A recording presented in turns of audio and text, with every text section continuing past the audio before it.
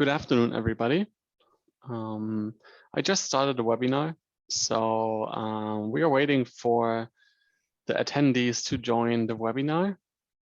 It will just take a few seconds, and then I guess we will start with the actual content of the webinar. So welcome everybody who was already joined.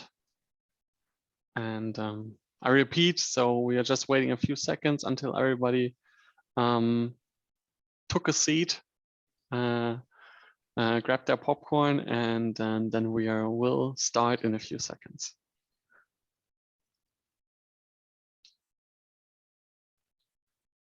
All right, I guess, well, the attendee numbers seem to stabilize, so I would suggest we start and get right into the webinar for the release 2022.3. We have around 1 hour for this webinar.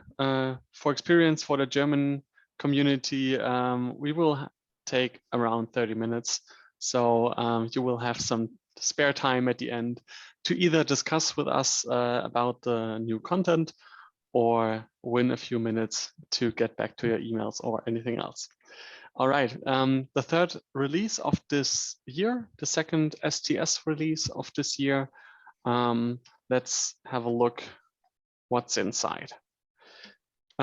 Just organizational for this webinar, by default, you are all automatically muted.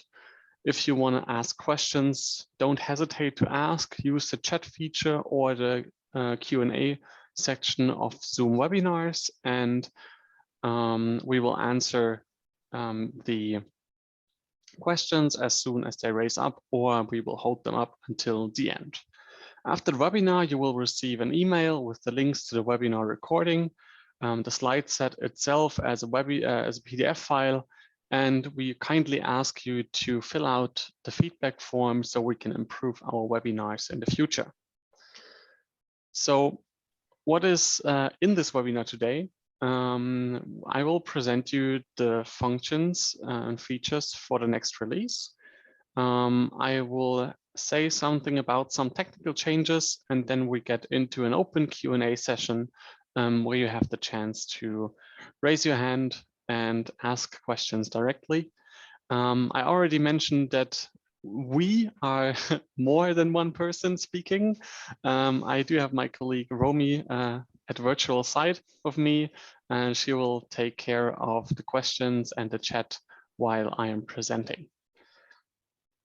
All right, so let's get right into it. So when does the next release come up? Today we have the 17th of August, and we will release the next STS version on the 20. Oh, there's a typo, I guess, sorry. It's not the 28th, that would be Sunday. Unfortunately, or not unfortunately, luckily we're not working on Sundays, so I'm sorry for that. It's of course the 26th, next Friday next week. Before I send out the slide, I will check this date again, and then you will receive the right date. All right. Just to give you a quick overview of all the functionalities I'm going to talk about a little bit. First of all, we will talk about, or I will show you in live, the individualization of process categories. I will show you a few compliance enhancements in JobArchive. And then we go into the possibility of parallelization of the full text creation for JobArchive. And then I will talk a little bit about some REST API improvements for process assets or objects. All right, so let's jump right into the presentation of the process categories. So in here you have standard JobRouter installation already patched to 2022.3. And if you are able or capable of doing or administrating process categories, you will see this menu on the left-hand side. There you have some standard categories which are delivered by default from the platform. And in here we have the accounting category, which is already visible at the top left. And in here you can see this is not a standard icon of the accounting category. I guess it is accounting. It's this one, right? I chose. Stefan, you're Yes, showing just Romy, the PowerPoint presentation. you're muted. No, not anymore. Okay, No. then you need to repeat, please. You are showing your PowerPoint presentation and not the whole screen. Okay, thank you very much. Then let's fix that. Better? Yeah, that looks like JobRouter. Yeah, all right. Thank you very much. Sorry for talking to you without context. So let's get back right into it. So you have a basic JobRouter installation already patched to 2022.3. And on the left-hand side, you have the manage process categories item. And here you have the categories I already mentioned. And on the top, on the first line, you have the accounting category. When you click on it, you get to the edit form of this process category. And as I already mentioned, you can see this is not the default icon for accounting. It's usually this one. I decided coins would fit a little bit better in my opinions. And so I chose to include an external library, an external icon library to be specific. We chose to have Font Awesome. They are able to deliver the icon libraries as JavaScript file or cascading style sheet CSS file, which both can be entered in here. And then we will load the icons which are specified by icon class out of this library. This URL can be either from another website or downloaded from this website if this possibility is available, and then set or uploaded onto the JobRouter server. And then you can use this from a local address. This would be then staging.jobrouter.com/somewhere where it is stored. I'm getting prompted that my audio quality is not that good. I hope everything is all right. Okay, perfect. Thank you. So you can change this one. Let's say I want to have a users icon. Then you can see this icon gets changed. And if I save this one, we have the users icon available on top. Of course, this is just use case, so I would rather go with the coins. Select it and save it. So it gets displayed for everybody. You might already seen that we have a new field up here as well, which is the abbreviation. Until 2022.3, the first two characters of the category label were used for the default icon. So in this case, it is AC. So therefore, the default icon will be AC. But probably if you are having another category like human resources, this would be then HU, which might not be the quite abbreviation for human resources. You would rather be used to HR, for example. And then you would go simply with this field. You can type more characters in there, but it doesn't matter. It takes only the first two characters. And if you save this one, then you will have HR as category icon. So those are 2 or 3 improvements we did for process categories. The third one is not quite obvious. It is aiming for the sorting of the categories displayed for the user. So as you can see, by default, until 2022.3, the category were sorted based on their category technical name, like accounting, administration, and so on, like it is sorted right here.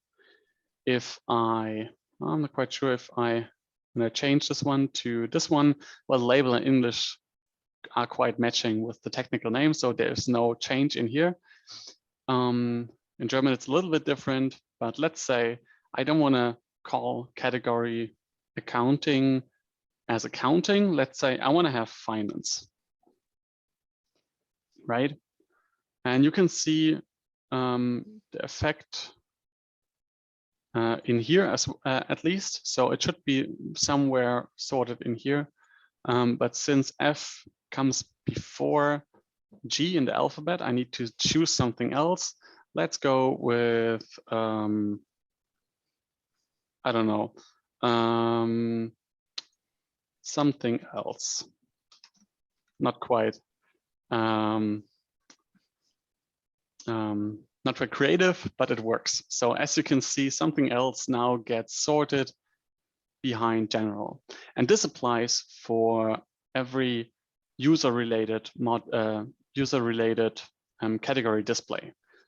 So we have navigation menu, we have the start box where we have some categories displayed if a start step is sorted or categorized in one of the categories. And when you select the widget out of for the dashboard, there we have the categories sorted as well, based on the language of the user. All right, let's switch this back because with something else, nothing can relate anything. All right. So this is changed back now. And this is for the process categories, which we will release for 2022.3. And now let's switch to the changes for Job Archive. In Job Archive, we have already a few features regarding compliance and transparency, but we decided to enhance those features we already have in order to get more transparency and better compliance in the future. So when you go into the configuration menu and you have the module Job Archive available, you know already about the event log. The event log is the protocol for archives for all events which are user related. So if a user opens up a document, downloads a document, edits or deletes a document, this will all get logged in this event log. With 2022.3, you have one more action category, so to speak, available, which is the archive configuration updated action. So as soon as you change an archive configuration as an administrator or as a person who is eligible to edit archive configurations, then you will see that this event will be logged as well. Let me show you how it works. So I go into my archives and I will add a new index field. My new field, sorry, that's bothering me. So doesn't matter which one or which type it is. So let's go back to the event log. And now you can see with 2 p.m. or 2 p.m. 14, it was 8 seconds before that, we have a new entry of the event log. And you can see that I have a new field which I added with my new field ID. We have the field name and so on, and all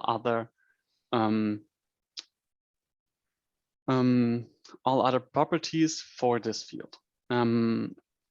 As soon as you hit save, the event will get logged into this history, and the complete configuration will be logged into here. So you can then check what has changed. And this feature or this logging is cannot be deactivated, since it is activated by default, and there is nothing you can. There's no option to deactivate it via archive configuration like the user event or user-related events could be. All right, as you can see, we have multiple entries in here. For my previous webinar, I've deleted a few fields, and then it looks something like that. All right. In terms of the integrity checks of the job archive, which are basically done in the background, you don't see anything as an administrator about the integrity checks. But the integrity checks itself are based on a hash value. This hash value was previously, or until 2022.3, based on SHA-1, on the SHA-1 algorithm, which we modernized to SHA 200 or 256. This works for the duplication, or how do you say that?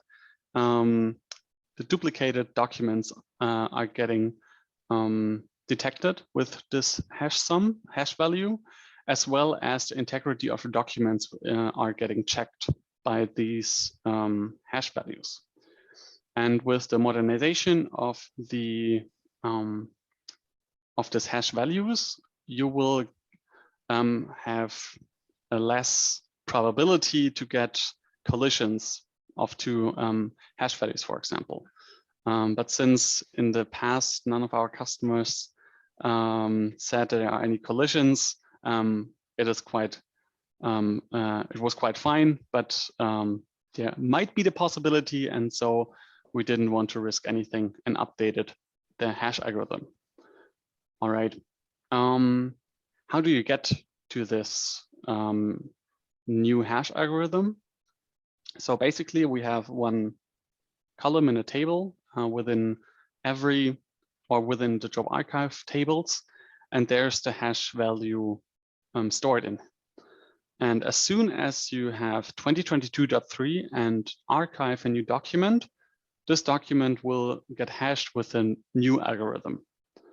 To get your old documents converted into the SHA 256 values, to 256 values converted to, you would need to run at least once the check archive function of the job archive system activity.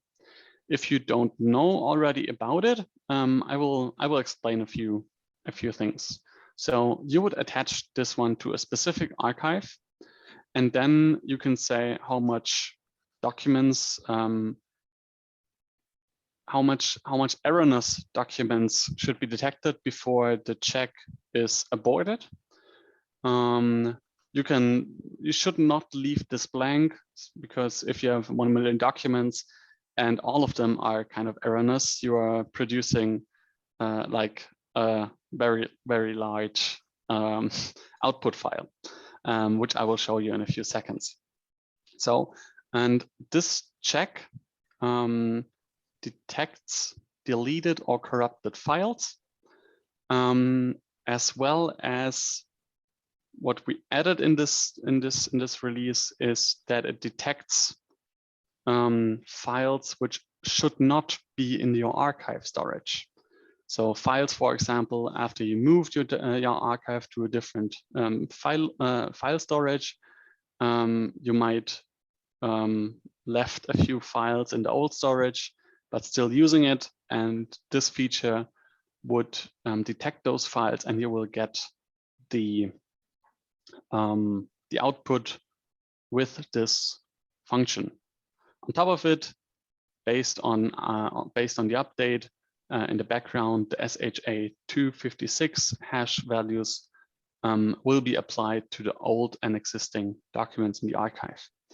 Just one remark: if you're running this function for the first time and you have thousands or 100,000 or even millions of documents in the archive, we recommend you to run this function either in the afternoon after everybody has done working, or at best on the weekend, so the system has enough time to go through the complete archive. All right. But this is also mentioned in documentation, so it might take some time. All right. So when you run this system activity, I will pull up an older instance of this. You can see that we have a validation protocol which got generated by this process. And as you can see, it checked one document, which should be expected by the archive configuration itself. This one is correct, but it found even though two incorrect documents. And those incorrect documents are some ghost files which are present in the archive storage and shouldn't be there because there's no record in the archive for those files. Therefore, the function detects those files and you will get them as information out of the system activity. This was the PDF variation of this output, which we produce with job PDF and a Word template, but you will also get the information as an XML file, which then can be worked on a little bit more technical level. All right, that's so far for the archive features, which we included for 2022.3. And with this, I will switch back to the presentation. It is right here. All right. So for the next thing I want to show you, I want to describe a little use case to you, which we had in the past. We do have a customer who has those 2.2 million documents in his archive with around 9.1 million pages. And the structure of those documents and pages are heavily based on one-pager or 2 to 5 page documents. Just the use case is that the customer switched from another archive system to JobRouter and had to do the full text creation as soon as possible. And if you would use previous JobRouter versions, let's say 5.1 or 5.2, you would need more than 1,000 days to get those documents done. So what we thought of course, is parallelization of the creation for the full text, which means we played a little bit around with parallelization of documents itself, but also the pages within the documents. One of those features we already released in 2022.2. So for those 1 page or 2 to 5 page documents, this would already work for since 2022.2, but for the complete parallelization, you would need to wait for the 2022.3. So what have we done? The configuration was basically we had 18 parallel threads to work on documents, and each of those threads had access to 2 other threads to process the pages of a single document. So this means you would have 18 parallel threads to work on documents, and each of those threads are working with 2 cores, which means you have 18 times 2 cores, which means you would, in this configuration, you would need 36 cores. But since this heavy workload for the full text creation is only for a few days when you migrate an archive or move an archive, this is for short term, for a short time frame where you would need those such a configuration. Just to mention for the administrators, we used Xeon Gold processors, which are not the low end of quality, but mid to high tier of quality for processors, which might also have a little impact. And we, oh, I forgot a dot, I guess. We did it for a quarter of the whole documents. So this was around 2.6 million pages. All right, this resulted, if you would process all of the documents, in 18 days until all of the documents get their full text. And with different configurations, you would have 33 days or 88 days, depending on the document page structure and the used cores for this processing. All right, let's move forward. REST API for process assets or process objects. With 2022.3, you will have access to PHP and JavaScript functions, as well as files and data and functions directories for each process via REST API, which means you can download or upload or create a new PHP or JavaScript functions, or even interact with the directory within the data and function directory of each process. This is basically a preparation for our Git connection in the future, which we thought it's not useful to have those REST API endpoints hidden from everybody. So we decided to release them as full usable endpoints. So feel free to use them as well on your own. But for us, this will be one important feature to get the Git connection done in the future. All right. That's all for the functional improvements for the next release.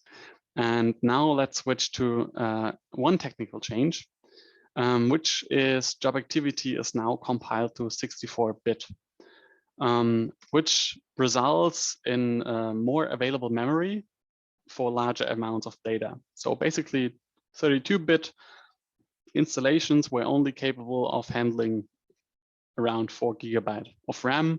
So if you are handling more data than this, usually the system stops working or aborts the processing or something like this. And that's not the usual use case, to be honest. Only if you process large documents or large amount of data within a CSV file or XML file. That depends. It's basically an edge case, but if this edge case is coming up with 2022.3 and upcoming versions, you will be able to handle it. More importantly, with this change, your own system activities, which you programmed in .NET and C# for job activity, has to be compiled in 64-bit or any CPU. This gives you access, or this gives you the possibility to also drop those activities or the system activities into the job activity folder again. If you don't do this compilation in 64-bit on any CPU, job activity might not even start up, just to keep this in mind. If you have reference or libraries referenced in your projects for the system activities, they also must support 64-bit, either as 64-bit compilation or as any CPU compilation. Very important. And this is also mentioned in the release notes, so you can't possibly jump over this information. All right. That's so far from my point regarding presentation. Romy, do we have some questions or chat messages we need to mention before we go into open Q&A session? Not yet. And I also heard from Antonina, who tried to put something into the chat. Apparently the chat is not open for participants, only for discussion people and for moderators. So if you have a question, please use the Q&A feature for this, because the chat apparently is not available for everyone. All right.